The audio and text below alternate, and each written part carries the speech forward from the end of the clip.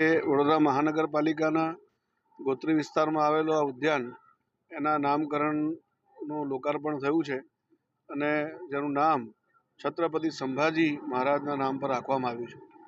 Bharatiya Janata party હંમેશા વિકાસ બી અને વિરાસત બી એને આ સૂત્રને સાર્થક કરવા માટે કામ કરતી હોય છે. એ આ ઉત્તમ ઉદાહરણ છે.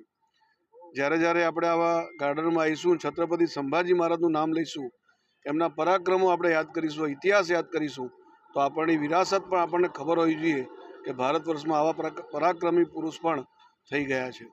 એ પરથી આ નામ રાખવામાં આવ્યું છે. પૂરી વડોદરા મહાનગરપાલિકાના સૌ પદાધિકારીઓ, કાઉન્સિલરો, બધા અધિકારીઓ સૌને હું ખૂબ ખૂબ અભિનંદન આપું છું.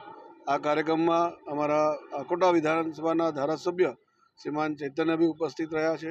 સૌ કાઉન્સિલરો, વોર્ડ 10ના સૌ કાર્યકર્તા ઉપસ્થિત રહ્યા છે.